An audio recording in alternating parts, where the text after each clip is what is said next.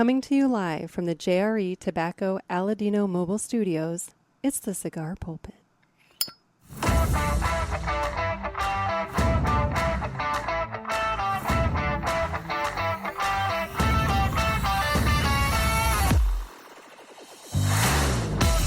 Hello, everybody, and welcome to another sermon from the Cigar Pulpit. I'm the Bishop of the Burn, Nick, and today we're talking some legislation. Today I'm going to be joined by the CEO and Executive Director of PCA, Joshua Habursky, and we're going to discuss some legislation regarding cigars that are causing a little bit of headaches out there in California and Texas. And both of those pieces of legislation, if no changes are made, will severely impact the availability of some of your favorite cigars in those states. So if you're a California or Texas listener, you might want to pay attention. Some of your favorite cigars may be leaving store shelves here shortly. So why don't I just go ahead and jump right into that, and we'll pick it up on the other side of the interview. And I am joined by Josh Habursky of the Premium Cigar Association. How are you, sir? Doing well, Nick. Thank you for having me on. Thank you for taking time out of your day, and I want to congratulate you on, the promotion, the new title, probably just more workload for you, right? It feels official now, Chief Executive Officer, it's Executive Director, interchangeable. We haven't stopped working even since I was named Interim Executive Director. So it's, kind of been a timeline. I feel as though that my time with the organization has been extremely positive from day one when I was the Director of Federal Affairs, and I've got to kind of work my way up. And I love this industry. I love the association, and I'm looking forward to the next at least 5.5 years of, growing and protecting specialty tobacco retail. For sure. And as part of the promotion, obviously there was a contract renewal and everything like that, which, you and I were talking briefly before. Continuity is so important in organizations like this, because you bring that institutional knowledge. You've been there, for however long, so the inroads and the paths you've already taken, and so you can maybe not do the same thing again, or if it worked, hell, whatever. But continuity is so important. Yeah, there's certainly some lessons learned from, each year. We had a great trade show this year. There are things that we're already working on improving for next year. And, this is my just over 6 years with the association, and, having the ability to kind of map out the next few years and look at some long-term projects. And, I even beyond my contracted years, 2033 is the 100th year anniversary of the association. And I plan on doing a absolutely massive event here in Washington, D.C. And, pretty soon I'm going to start fundraising for that event because it is going to be a massive undertaking. I want policymakers here in Washington, the general public, to know the presence of the premium cigar industry and specifically the Premium Cigar Association. Well, that sounds wonderful. We'll have to circle back on that when we get a little close, down the line, and there's more to talk about. But I think a big party and in D.C. sounds like a wonderful time. Yeah, we'll make sure we get you an invite. Perfect. I wasn't scamming for one, but I'll take one. So, okay. Well, I'm going to fire up a cigar, and it's one that I feel is going to be relevant to the conversation. I am firing up a Knuckle Sandwich Puro from Espinosa. This is the newest one from Guy Fieri with their partnership with Guy Fieri.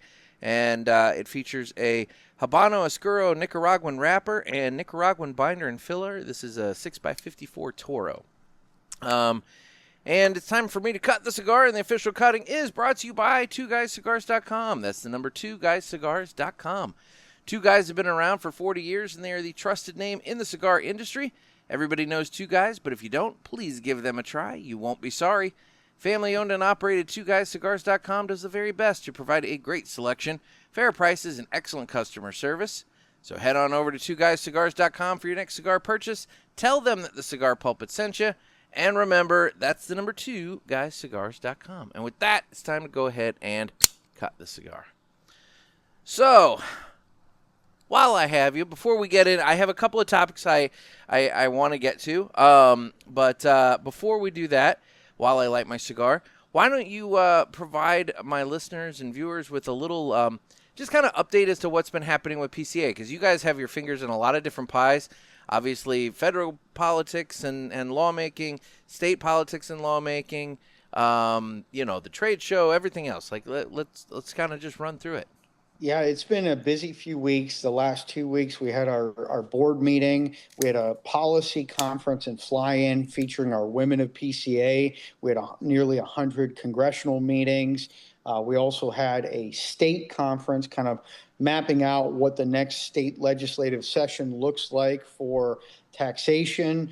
We're working on finalizing the findings of a study that we commissioned on tax caps, which will be coming out in November to kind of push back on, prospective tax increases at the state level.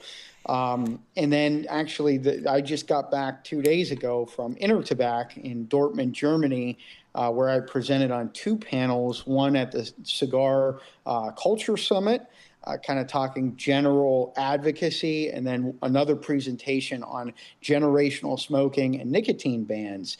Advocacy is always going to be a core component, of course, the trade show, but we've started to roll out some new member benefits, new member programs, and you're going to see more of those coming out between now and the end of the year. One of the other big things that we're certainly very excited about, actually 2, in November, we have our course with FIU, which is a partnership on luxury cigar marketing.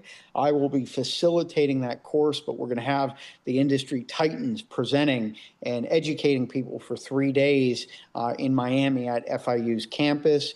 And then I think a week later, I'll be headed to Dubai for the World Cigar Show, which is our partnership where we have a new trade show there. This is something that a company called Quartz out of the UK is hosting. We are the marketing partner, and we're assisting them with their conference. So the benefit for us is we have a financial incentive for the success of the show, and we're able to take resources and money that we receive from that partnership and implement that into advocacy here in the United States. That sounds great. One other thing I wanted to ask about, I got a press release email regarding kind of a joint, I don't know how to describe it, but a joint effort between you and TPE out at their trade show next year in Vegas. Yeah, TPE, they've been great. I visited the team this past year. We've had conversations. I want to work with everybody, in this space. They have a cigar footprint. We wanted to make it clear to everyone that, the timing of this coming year is very truncated, and it's because of the availability of continuous smoking space. This is not PCA TPE. There's no friction there. So I'm going to be supporting that, working on kind of their conference. Education is a big part of my and new initiatives bringing forth to the association. We have another small partnership with the University of Houston that we're going to be doing some lectures in their beverage department there. So we're holistically looking at education. We kind of talked with TP, what can we be involved in? So on the advocacy education side, I'm going to be going out there and doing some panels, for their conference. And, working with Phillips & King and Cretech, who, own and host TPE, they've been phenomenal. We've been working together, fighting this issue in California. We've done joint meetings with them. So it's an example of, we have our own niches, we have our own specialties, but that collaboration and communication when there's common goals. I mean, there's differences between all the associations. There's the 3 primary ones in the cigar space with CRA, CAA, and PCA. We're all working together. We all have some differences, and sometimes we don't agree. Sometimes we do agree. There's also NATO, which is the National Association of Tobacco Outlets. And one of the things that we've been seeing a lot more is at least communication with those groups. And I think that really speaks to the challenges that we're seeing with a fortified anti-tobacco group coming at everyone. And like, I mentioned my presentation on generational nicotine or generational smoking bans. That affects everyone. So we all need to work together on some of these policy initiatives where we have a common understanding that this would cripple or hurt the entire industry, including premium cigars, and we'll provide those subset of arguments in the best way possible that we know with our specialty. For sure, for sure. Well, so you brought up California, so that's one of the main two topics I wanted to talk to you about, because I feel like this is going to have a pretty major impact on manufacturers, retailers, and consumers out in that state. And I know, just based off my own listening audience, it's a lot of cigar smokers out there. So let's talk about what California is up to. Essentially, and I'm going off my notes here, so obviously, you know a lot more about it than I do. So let's I'll just give a real quick little understanding on my end, and you can tell me where we need to elaborate, and we can go from there. So sure. They have approved legislation that's going to establish an approved products list, and basically it's a list of approved tobacco products that are legal to sell in the state. And the Attorney General, the California Attorney General, is going to have the job of enforcing this, which includes creating the list of approved tobacco products. And starting next year, if a product is not on the list, it cannot be sold to consumers in California. Yeah. So, I mean, this goes back a couple of years now, because there was legislation that, allowed or basically prohibited the sale of flavored tobacco products. Mm-hmm. We opposed that legislation. We ran campaigns against that legislation. Ultimately, it was passed and signed into law. And then it was kicked over to the Attorney General's office to implement this role. It was AB 3218 was the bill number. So we released in November of last year a summary of what was going on. We engaged with the Attorney General's office. We actually had one of those meetings, as I mentioned, with Kretek and Phillips and King. And, basically from there, we expressed all of our concerns with the rulemaking phase, the timeline of things, and we still are expressing those concerns. They issued emergency rulemaking guidance. We originally were told when we had those meetings at the early part of this year that guidance was going to come out in February, March, April, May, and then, of course, it was released in September. And it gave manufacturers a October 9th deadline of submitting these products. And where it becomes very draconian and burdensome is the fact that it was $300 per application per SKU with a $50 renewal. So, it makes it very challenging for small manufacturers, boutique manufacturers, to operate in the California market, and even for some of the larger players with limited editions or shop exclusives. So we really weighed in on that.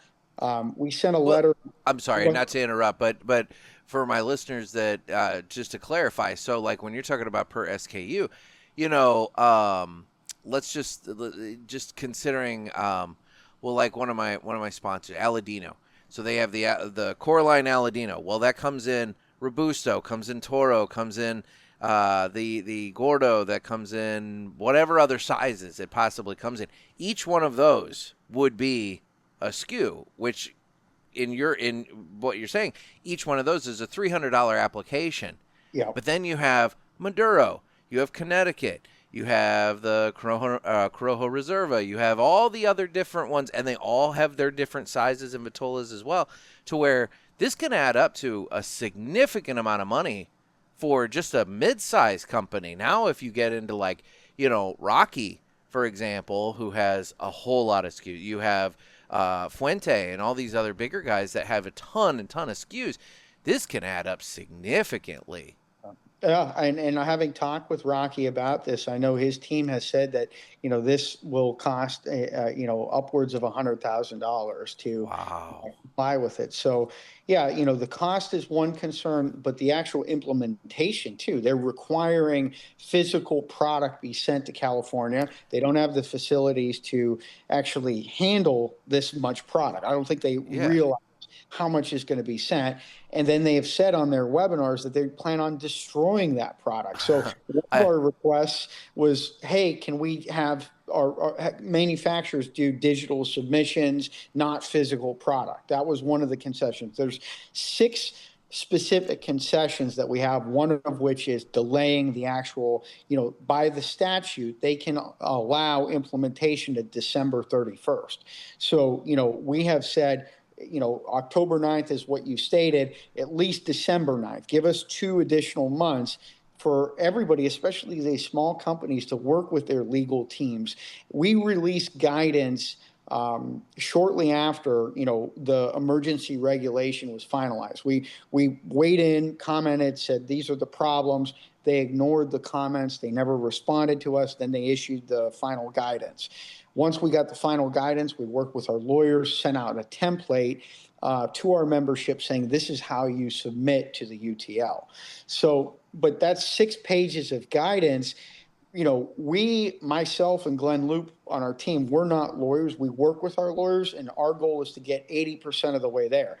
By providing that document instead of, instead of $5,000 of legal work, a company then can take that document and maybe have $1,000 or $2,000 to finalize the legal work. So we're trying to assist broadly, recognizing that we have a very diverse membership with people that are only going to submit couple SKUs and ones that have hundreds of SKUs. So For sure.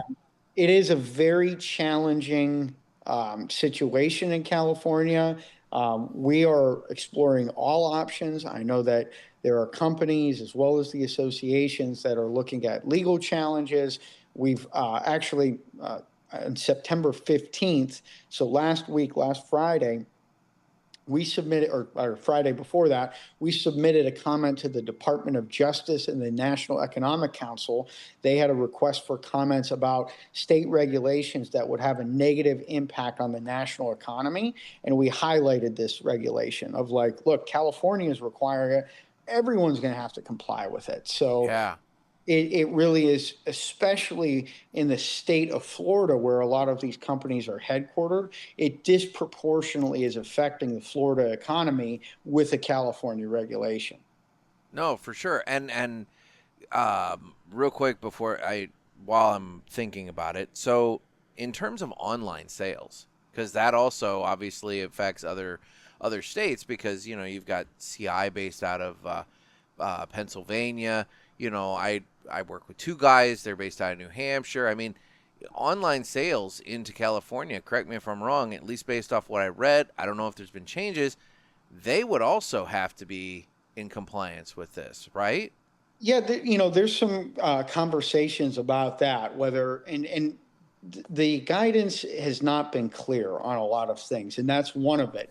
There's also distribution centers in California. What if your product is being sent into California for distribution outside of the state? Would you have to comply with this?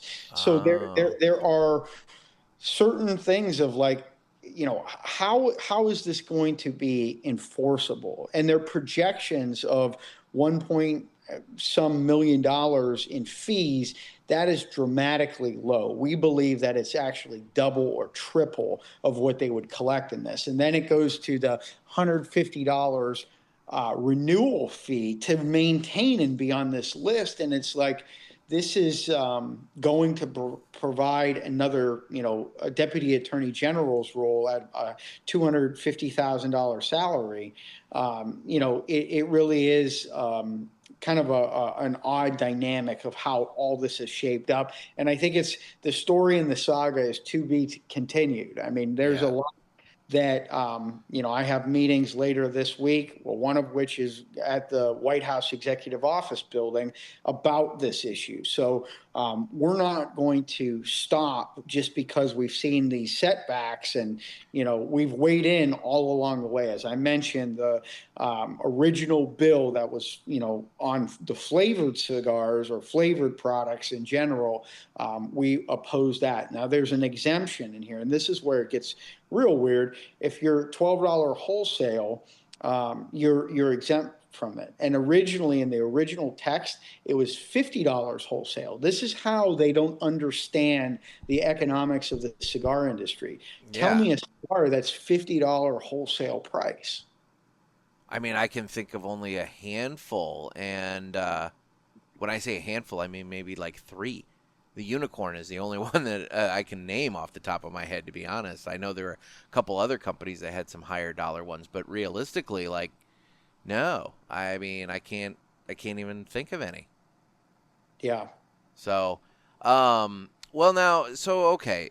I've spoken with a couple of different companies regarding this, and it seems like in at least a few of their instances, they're looking at their sales data, determining what SKUs sell well in California, what SKUs maybe don't sell well in California, and they're going to start limiting what product they even are able to make available to retailers in California. So this is going to have an impact to retailers in terms of product availability. You mentioned limited editions. I mean, that makes it damn near impossible for a company to have a limited edition in California. Or if they do, it'll have to go through this process, which from my reading, the state promises they're going to get to it within 90 days, which, I'd like to see a state government get something done in a timely fashion, but that's a whole different situation. But, it's like, but that could result in a limited edition being available in surrounding states long before it's available in California. You're not going to see regional limited editions that are I mean, maybe that's the key. Maybe a regional limited edition just for California. I don't know, but like, it just seems like this is just causing so much trouble, and for what? And you and you mentioned the how they're going to destroy the product that they're getting the samples of. Is it going to be one big fire, or is it going to be a series of very small little fires, do you think? It's kind of crazy, and it's bad public policy. I think that's something that universally, anybody that I've talked to in the industry, we agree that it's, the only beneficiaries of this policy could be Nevada. You see Massachusetts and all the problems they have at the state level. That's why New Hampshire has such a robust cigar economy. New York issues, you see Pennsylvania as the beneficiary. It's not going to lead to consumption going down, and we know data statistically, consumption of your average aficionado is less than 2 a month. This is not a contained delivery system. And, government-supported studies that have been submitted to the FDA, and that's the other piece of this rule. In the statute, or in the actual guidance, they talk about FDA approved. Well, premium cigars are not subject to FDA regulation because case. So 40%, it's referenced many times in there. So what do you do about that? And I don't think we've been given a clear response or a clear indication as how those points are addressed for premium cigars that aren't subject to the deeming rule because of our successful legal challenges. Yeah. Well, just like California to put something out there and not really know how to handle it. One other question I have for you. When this does go into effect and there is the list, the list of what's approved and what's, available to be sold, what happens to a retailer that has old products sitting on their shelf? So that's one of the things that we're negotiating about, a sell-off period. That is in our letter requesting a longer sell-off period. But my understanding is that, their intention is like it's done. Like if you're not on the list, then it's done. Like Yeah. December 31st, and I think that's why they have the deadline of October 9th. They are under this misconceived perception that they're going to be able to review all of this from October 9th to December 31st, which we know by the sheer number of SKUs. And that goes to show you, if they think that they can do this, why not batch the SKUs in a better way? Like Yeah. it shouldn't matter configurations or, size, if it's the same tobacco or the same line, like, brand style was the original terminology. Well, you can take a very broad approach at looking at brand style and say, well, Rocky Patel X, let's say one line, those can all be batched together. And so instead of having to make individual submissions and pay $3,000, it should be, $300 for one submission. And that's what they should do if they were right sizing this regulation to be less burdensome, but also, more to have a better ability to administer this. Like it is going to flop if they continue in present form. Well, may not be as much of a money grab if they have to batch everything together and only get 300 instead of 3,000, but you know. Anyway, all right. Well, let's put a pin in California, because it sounds like that's an ongoing negotiation process, and we may have to circle back up one more time before the end of the year for that and everything, if you don't mind. But let's move on to Texas now, where Texas, and talk about two completely different ideological states between California and Texas, but ironically both causing headaches for the cigar industry. They are now restricting how retailers in the state can advertise certain products and events, in that any retailer with their marketing advertising for the sale of cigarettes, e-cigarettes, or tobacco, they can't use a design that depicts a cartoon-like fictional character, imitates or mimics the trademarks or visual appearance of other products, includes a symbol primarily used to market products to minors, an image of a celebrity, and images resembling a food product such as candy or juice. So, tying it back to the knuckle sandwich that I'm smoking here, does this mean Guy Fieri can't do any promotion, and they can't use his name and likeness to promote the knuckle sandwich in Texas? So this is a bit of a sloppy law. I mean, obviously the intent is e-cigarettes and oral nicotine. You have a lot of the vape companies that have actually designed products that look like, juice boxes, and it's a lot of companies that are outside of the U.S. flooding the market. They don't go through approvals. They're on the shelves of these stores that are not represented by the Premium Cigar Association. And unfortunately, we're a byproduct of a very broadly written law. That's kind of what I suspected happened here, is that we just got sucked into the vortex of all that stuff.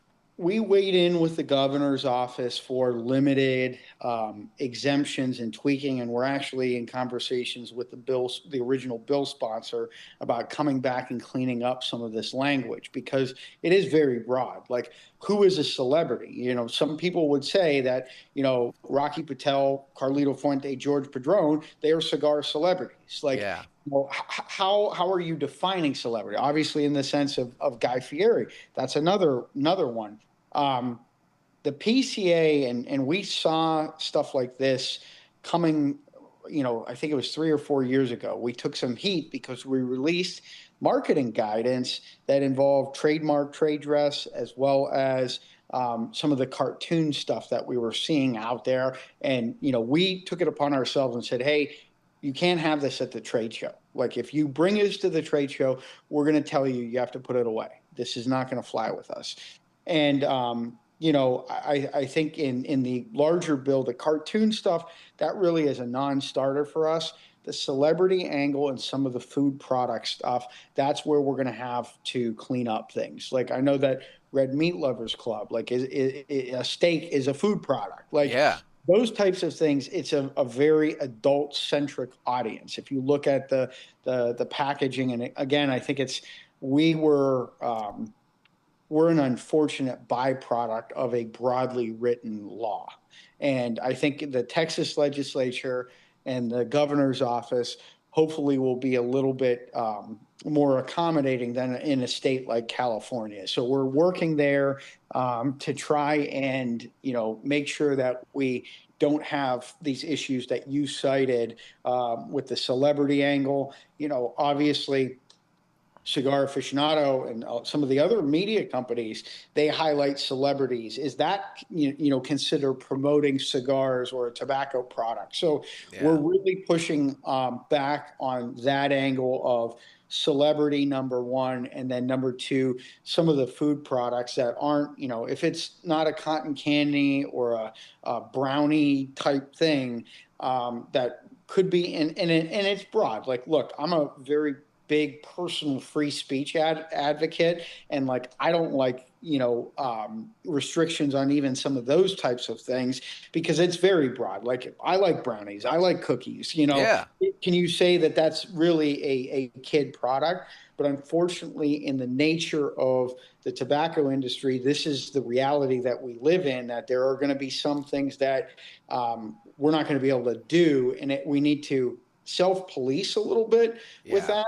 And I think that, unfortunately, there were some stuff a couple years ago that was coming out that doesn't look great for the industry. I had said, look, we actually proactively talked to a few companies and said, can't do this, or like, we're going to see this at FDA meetings or state level meetings, and it's going to be hard to defend this type of products if you're marketing it. We won a case on warning labels, and I remember seeing a product that was portrayed in like a nutritional label, and it's like, well, we're fighting against warning labels and then you're going ahead and putting a fake nutritional label. It's like there needs to be some common sense, and unfortunately this is an area where 95, 97, 98%, high percentage of the industry is doing the right thing.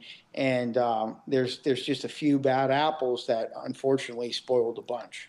I think I have a very clear idea as to one individual and company you're referring to, and I've never been a fan of seeing the Sesame Street characters on cigars, but that's just my opinion.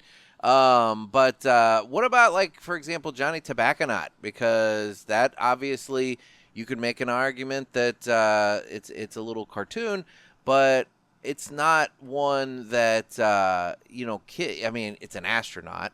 I mean, a kid can look at that and say, "Oh, it's an astronaut," but like, it's not like a known cartoon character to children. It's obviously marketed to adults, but like, are we, are companies, and before I preface or you answer, I guess, do companies even need to care about this? Because, correct me if I'm wrong, this law doesn't target manufacturers or companies.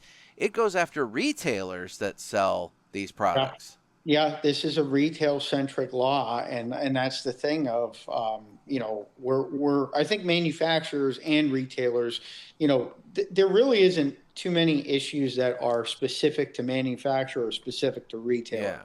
Our bread and butter is specialty tobacco retail. We have a broad mission statement because of the connection between the sales channels of these things. So if I were a manufacturer, I would be just as concerned as a retailer on this. You might not have the penalty, but retailers are going to start saying, hey, we can't sell this product. We're worried about it. And it's a misdemeanor offense too. Retailers are, if it is such a subjective thing, they're going to defer and say, you know what, we're not going to sell this. Like, we're not going to risk having issues with the legal system with our business or ourselves as individual purveyors of premium cigars. And so this is something that certainly needs to be cleaned up. It needs to be cleaned up quickly. This is another example. Even just today, we had conversations with legal counsel. We had conversations with Glenn Loop, who runs our state advocacy, about trying to clean this up, working with the bill sponsor, working with the legislature to come up with a solution that kind of corrects this, because we were not the intention of this law. Yeah, yeah. Well, okay. So it sounds like both California and Texas, it's one of those things where you guys are working behind the scenes to help out and maybe make some corrections as you can. I feel like, California is going to be probably a more difficult fight, for the industry. But if anybody has any questions, obviously they can reach out to PCA. Yeah, absolutely. Myself or Glenn, we're happy to answer questions. We're getting ready to launch our regional advocacy virtual meetings. We do this every year. That will be something that each sector, I think we divided into 4 regions. We'll have an hour-long conversation, kind of present some highlights, some challenges that we see coming down the pipeline as like a crystal ball. And I think in the next issue of our magazine, we have a crystal ball state legislative article, and kind of proactively engaging with retailers and manufacturers. Hey, this is coming down the pipeline. You need to be prepared for this. We also, as of 2 weeks ago, with our budget that was approved for our board of directors, we renewed our state grant program. Glenn has been forming state associations. We've been funding seed money, and then also giving grants for state lobbyists for some of our retail associations. So California one was formed this year. I know that there's work going on in Florida and Georgia. And, the Texas example really proves that, even in states where there is a favorable legislative environment, things can turn quickly, or things can, really come at it fast, where you need to engage and you need that state level, engagement. And retailers need to take it incumbent upon themselves, as well as consumers, to remain active and stay involved, stay up to date. I mean, PCA, we have one government affairs consulting group that assists us with the state and federal. We have tracking software, but Glenn Loop is our director of state advocacy. I'm doing federal as well as running the association and assisting Glenn, just because of the volume that we're seeing at the state level. But we can only do so much as that small team. I think that we got a lot of wins this past year, and the past 5 years. But looking into next year, I can tell you right now, the budget voids at the state level for Medicare funding, and some of the healthcare funding, states are going to be looking at any way to raise revenue, and tobacco taxes and sin taxes are going to be things that they look at. So that's why we're, proactively in November, we're going to release these study results and showcase that, if you actually cap cigar taxes, you'll raise more revenue. Instead of going and doing 75% or 95% wholesale, like we've seen in states like New York, if they actually capped it at 50 cents, they would keep more of those state dollars localized and raise more revenue. No, that's a really valid point. And, it can't be easy tracking all this state legislation, because I know back from, my time working in the Illinois State House, they take bills that maybe were introduced in January and February, and they were about, the whether or not a library should use a revised Dewey Decimal System or something silly like that. And then when that bill dies and it's just sitting there doing nothing, at the 11th hour, they might gut it and replace all the language in it with a tobacco tax. But they keep the header on it as this library Dewey Decimal thing, to where if you're not paying attention, you're thinking, oh, they're going to pass some library bill, and in reality, it has something to do with what you guys are into. Well, and we did an article a couple months ago. So this year, unfortunately, in Indiana, they raised taxes on all tobacco products, including premium cigars. And this was the first tax increase at the state level in over 5 years.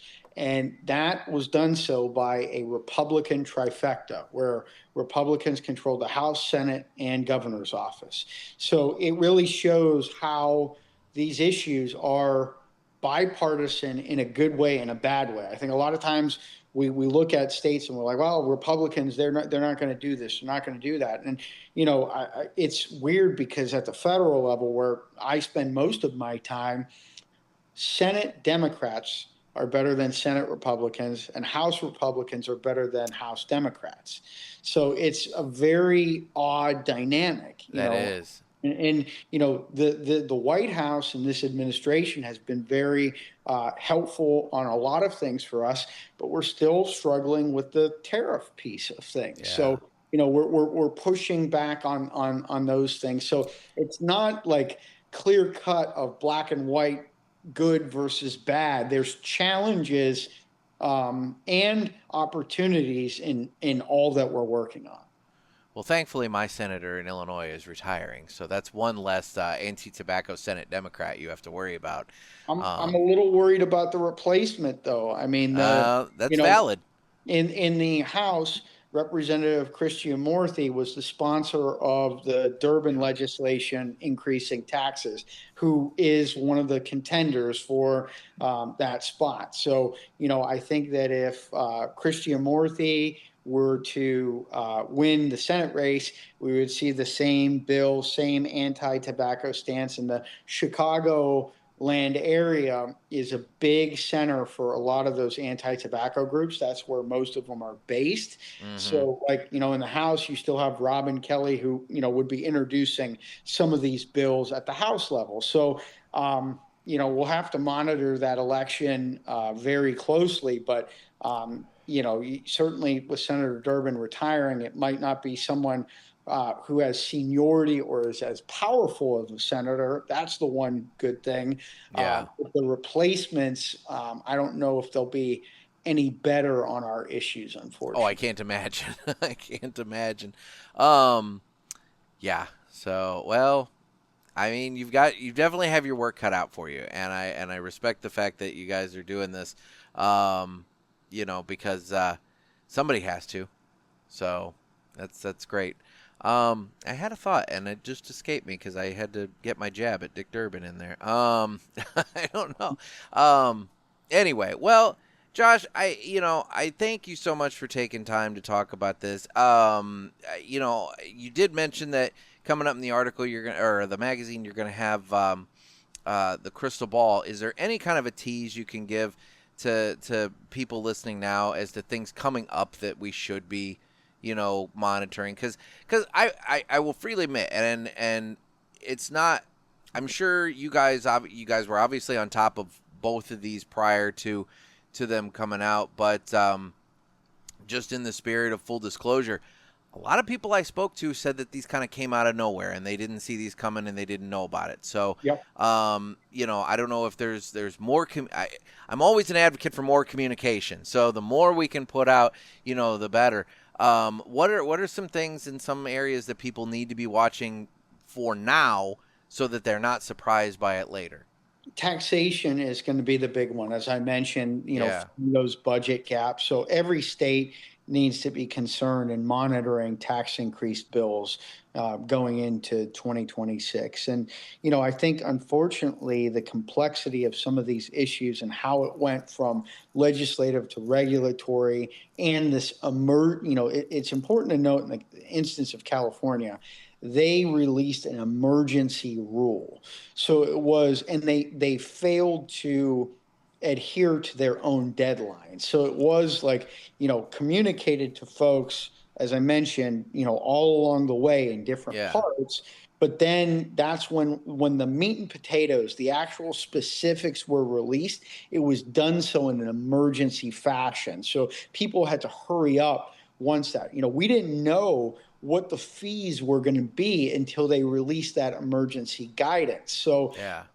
I think to some extent that was by design. And I know I've heard from some folks that, they're frustrated, and that it seems that it came up very quickly. It was not any of the associations asleep at the wheel. This was done so by design by the California officials, and they're dragging their feet, so to speak, on administering these rules in a timely fashion. And then, of course, the emergency action. So, we'll continue to communicate on things. I've had several calls about that, and I address some concerns about, the communication side of things.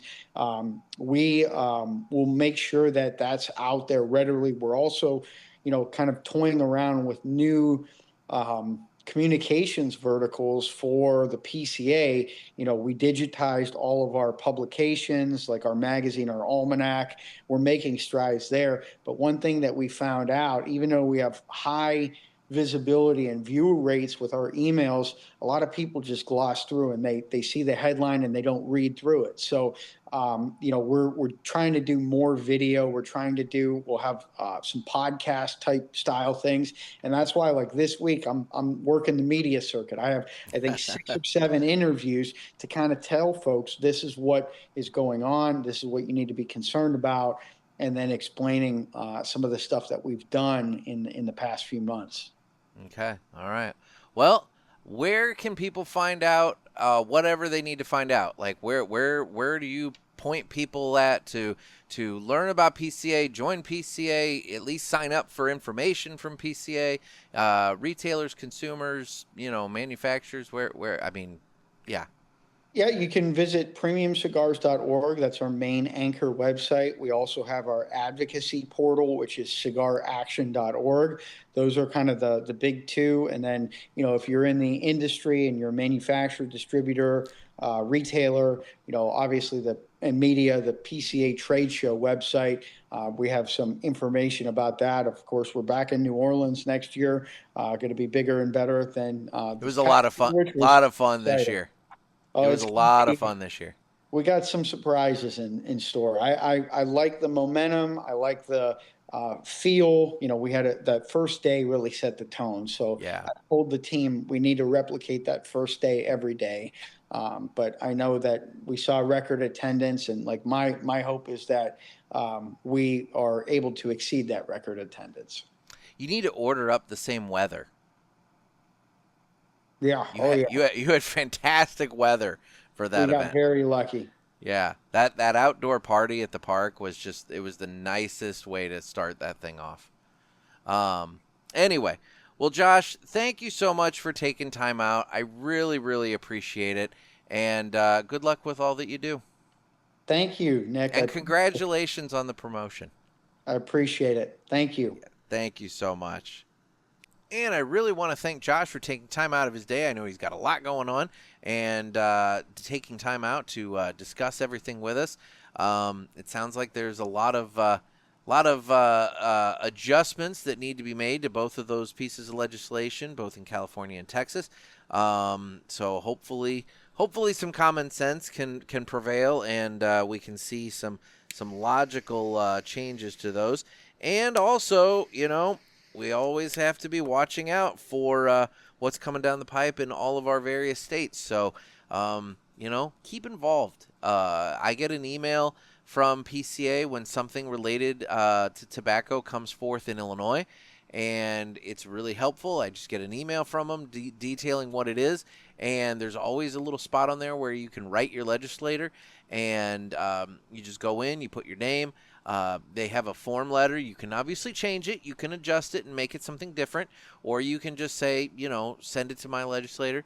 They know, through tracking software and everything, they know who your state rep and state senator is, and they send it off to their offices, and hopefully their offices get a lot of messages from folks, but we'll see. Anyway, so if you're it takes nothing to do, but it might help, So sign up for their program and get that information. So, All right, well, now let's go ahead and do this. It's time for the Villiger Cigars Entertainment Report, brought to you by Villiger. Villiger Cigars, one of the leading cigar and cigarello manufacturers in the world, founded in 1888 and still family-owned and operated. Head over to VilligerCigars.com and check the store locator to find a shop near you that carries them. We guarantee that Villiger Cigars will be a wonderful addition to your humidor and cigar rotation. All right, so I obviously have been continuing to burn through The Sopranos. I've restarted, I should say. I started my Sopranos watch during a little while back, but I started that the same time I started watching The West Wing, and The West Wing kind of superseded and took over. And so now I'm circling back to The Sopranos. So I'm in season 3 of The Sopranos now, and I love it. There's really not much more I can say about that show, that I haven't said already. So if you haven't watched The Sopranos, it's so good. Anyway, but this weekend I went to the drive-in, and they were doing their Zombie-thon this weekend. I guess they're leading up into October when the drive-in shuts down every weekend. They're doing horror movies, and so this weekend was Zombie-thon, and on the one screen they had the new Conjuring movie and like Demon Hunter or something, some anime thing going on. But then in the other one they had their Zombie-thon movies, and it was Shaun of the Dead and Zombieland. And I've seen both. I love both. I've seen Shaun of the Dead way more times than I've seen Zombieland. Admittedly, I think I'd only seen Zombieland once in the theater when it came out. And so this was kind of fun to circle back on that movie again and watch it again.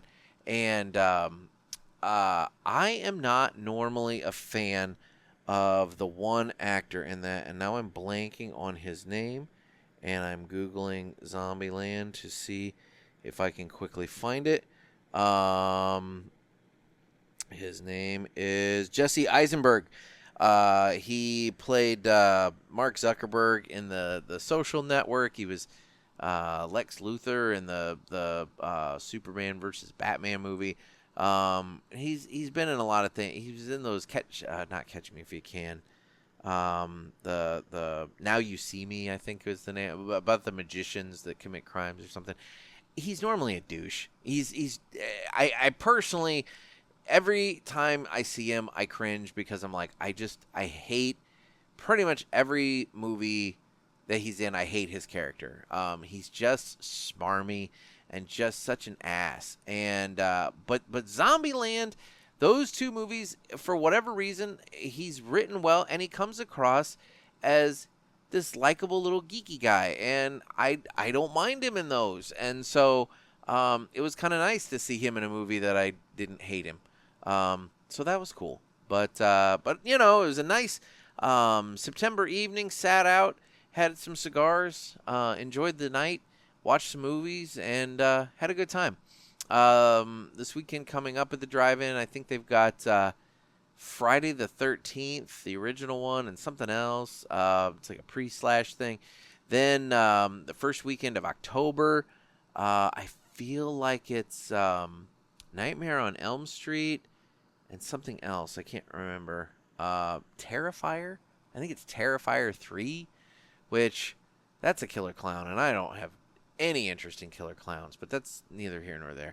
And then the following weekend is their Scare-a-thon, which, I have my son that weekend, so I'm probably going to miss it, but it's a triple feature on both screens of some old horror movies. And that, I'll tell you what, guys, I'm blessed to have this drive-in near me. If you have a drive-in near you, take advantage of it. It's a treat.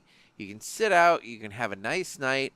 Hopefully your drive-in allows smoking. Mine, they don't allow, pot, but, they have never once said a single, in 3 years of going to this thing now, I've never had a single complaint about my cigars. It's a wonderful, wonderful time, and I highly recommend it. And then another show that I started this weekend, for reasons I won't get into, but I started watching Bridgerton on Netflix, and I've watched 2 episodes of Bridgerton, and I'll be damned if that show doesn't kind of suck you in with the drama of it all. I'm still figuring out who everybody is and, what they're up to, but it actually hasn't been bad. The first episode I was like, okay. But the second one, you start getting sucked in a little bit more into the story of it all. And yeah, Bridgerton, it's been entertaining. So I got that for me. Anyway, moving on to this now. It's time to fly high with Blackbird Cigars. Blackbird Cigars offers you remarkable quality using the most delicate and finest tobacco to always ensure that you're receiving unsurpassed cigars. Blackbird Cigars strives to give you undoubted repeating flavor for every cigar you smoke and impressive quality so that you can always expect greatness. Check out their website for a full list of stores carrying Blackbird Cigars and give them a test flight. Blackbird Cigars, can't clip our wings. All right, and since we're talking about legislative advocacy and everything today, I figured we would tell this story. So in 1980, Candace Lightner founded MAD after her 13-year-old daughter Carrie was killed by a drunk driver who was a repeat offender. At the time, drunk driving laws were weak and rarely enforced. Lightner and MAD began lobbying relentlessly. They testified before Congress, organized victims' families, and pushed for cultural as well as legal change.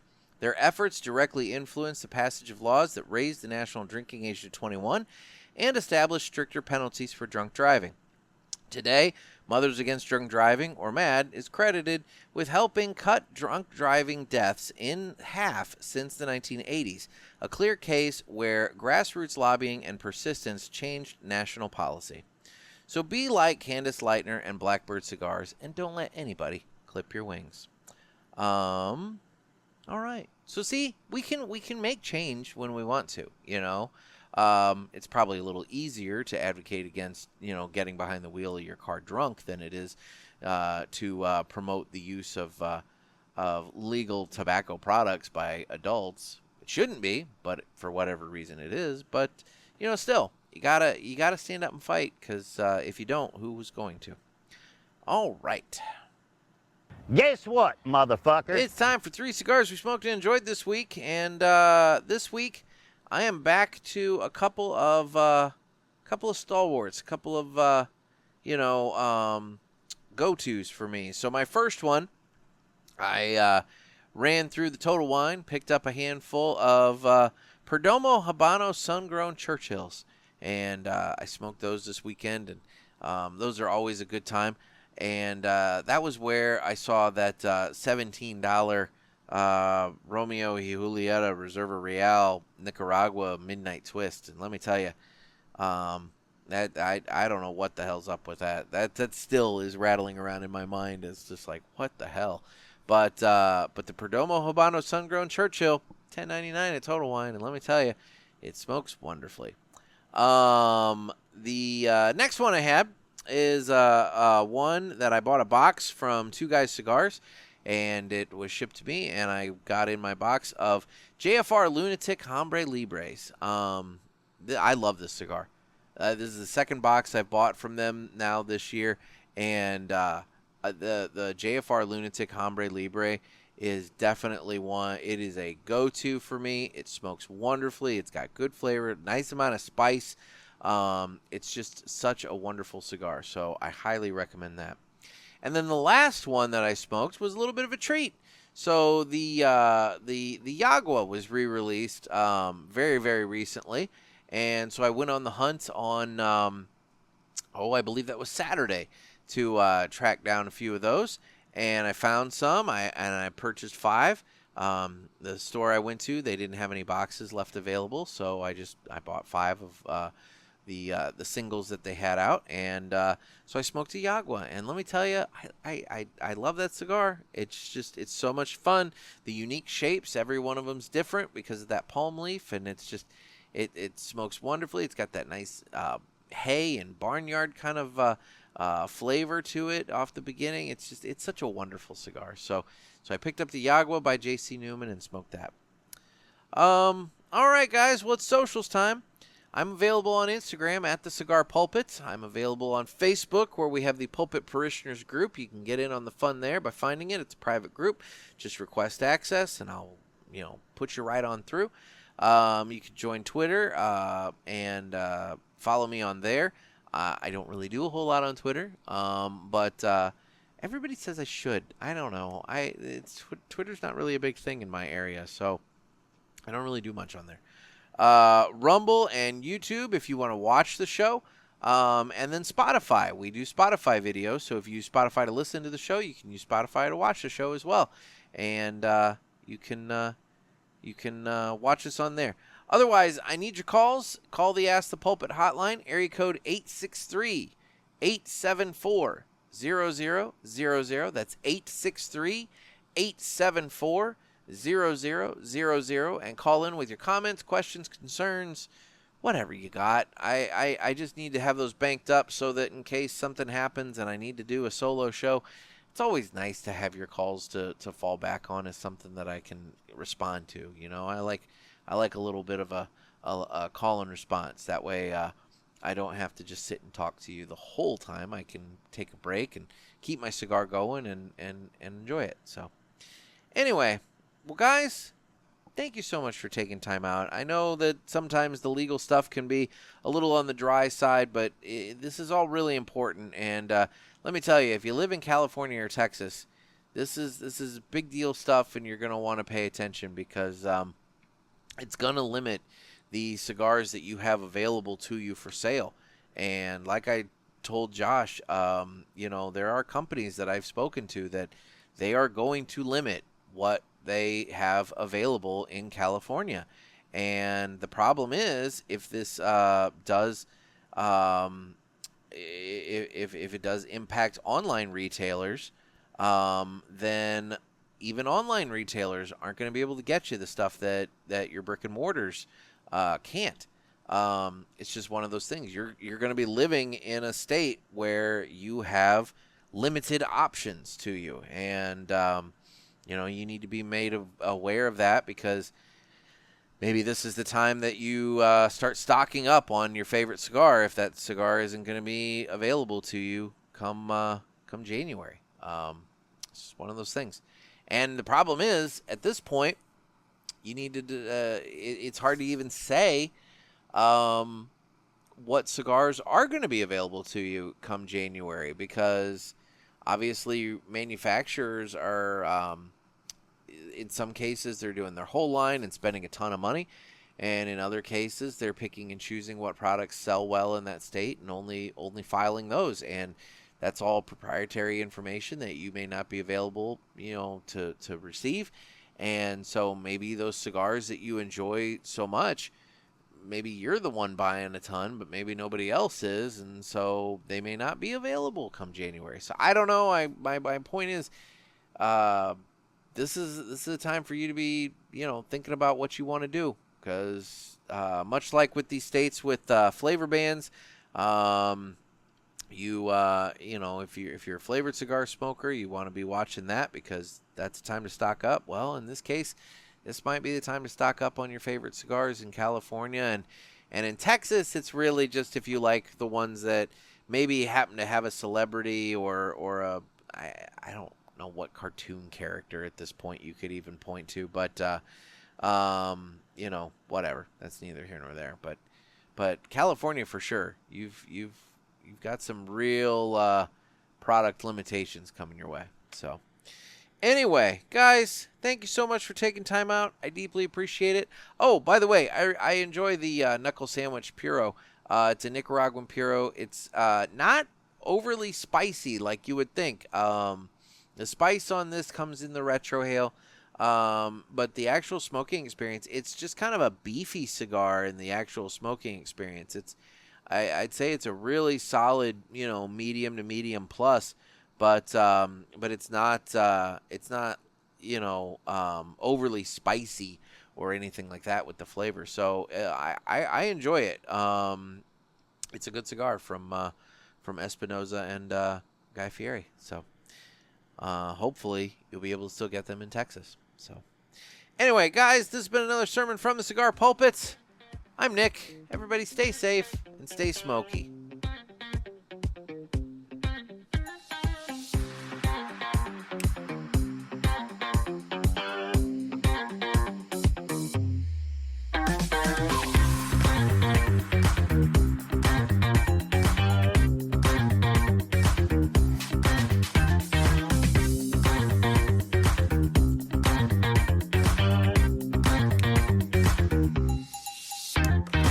And get involved. Head on over to PCA's website and get involved.